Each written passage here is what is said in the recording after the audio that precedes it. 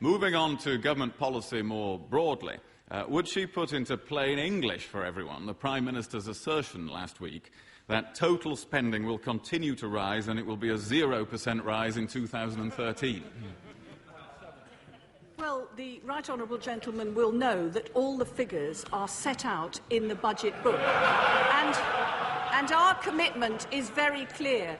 We are investing now, public investment, to make sure that we help back up the economy, get through this recession, to make sure that the recession is shorter and shallower than it would otherwise be. And that means backing up businesses, it means protecting people's jobs, it means helping the unemployed, and it means ensuring that people don't face repossession. And we are taking the action. And he wants to concentrate on numbers because he wants to avoid facing up to the fact that they have got proposals to cut public investment now, exactly when, Mr. Speaker, they have proposals to cut public investment this year, just when the economy needs it most. And I understand that the Shadow Chancellor has revealed last week that he spends 40% of his time thinking about economics. It's amazing that he spends 40% of his time thinking about doing absolutely nothing. Mr. William Hague.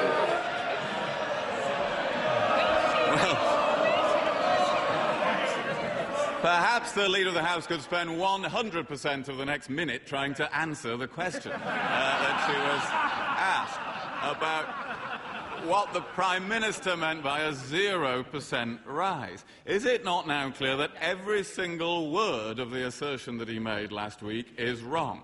That total spending is not going to rise, and then there would not even be a 0% rise, as he bizarrely called it, in 2013, but that the figures she mentioned in the government's own books show that there would be a fall. And since so many supporters of the government are now calling for honesty about spending, shouldn't she find it in herself to do what the Prime Minister refuses to do, which is to actually admit the facts of the government's own figures? Will she come down on the side of reality and say that on the government's own figures, total spending is set to fall? Well, our honest and committed view is that we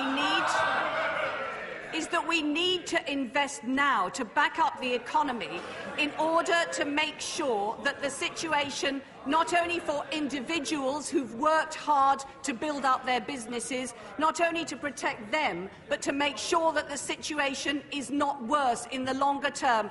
And how telling it is that they only want to talk about figures in 5 years' time to distract attention away from the action that they do not back up, that we are taking now.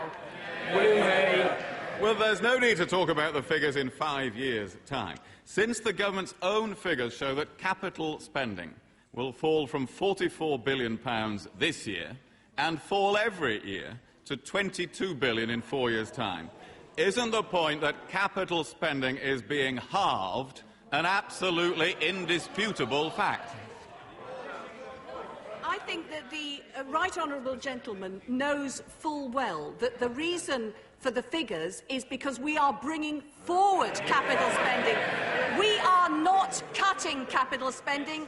We have increased it and we are bringing it forward because just as, for example, the private sector construction industry is facing dire times, we think it's right to bring forward capital investment in public construction, not only for the sake of the children's centres and the schools and the hospitals and the homes that will be built, but also because of the jobs that it will create.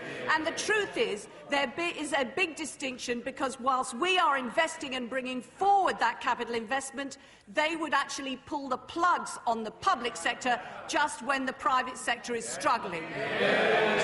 Mr. Speaker, the statement by the Leader of the House that we are not cutting capital spending, when the government's own figures show capital spending declining from 44 to 22 billion, is exactly the sort of statement that damages the credibility of politics and the credibility of this government.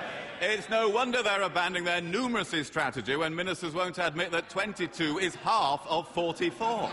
Is she aware that the figures from the Institute of Fiscal Studies show that the level of capital spending from 2013 as a proportion of national income would be below the average for the whole 18 years of the last Conservative government. That is the capital spending that they are intending to deliver. And isn't it also true that the huge increase in debt interest and the rise in unemployment on the government's own figures mean it's also an indisputable fact that their projections lead to departmental spending falling heavily over the next few years? Why can't she admit the fact? He mentions capital spending, and I've made it clear we're bringing it forward. He mentions unemployment, and we are taking the action to protect people's jobs, and unemployment would be growing if we'd have made the cuts that he's suggesting. And when it comes to the estimates on unemployment, let me say that our estimate is that if we hadn't have taken the action that we've taken to back up business and protect people's jobs, there would have been 500,000 more people who would have lost their jobs if we hadn't have taken the action. And once again, he talks about figures in 2013 and 2014. And let me say to him that the action that we are taking now will make sure that the public finances are in a better position, because we will prevent the recession being deeper and longer.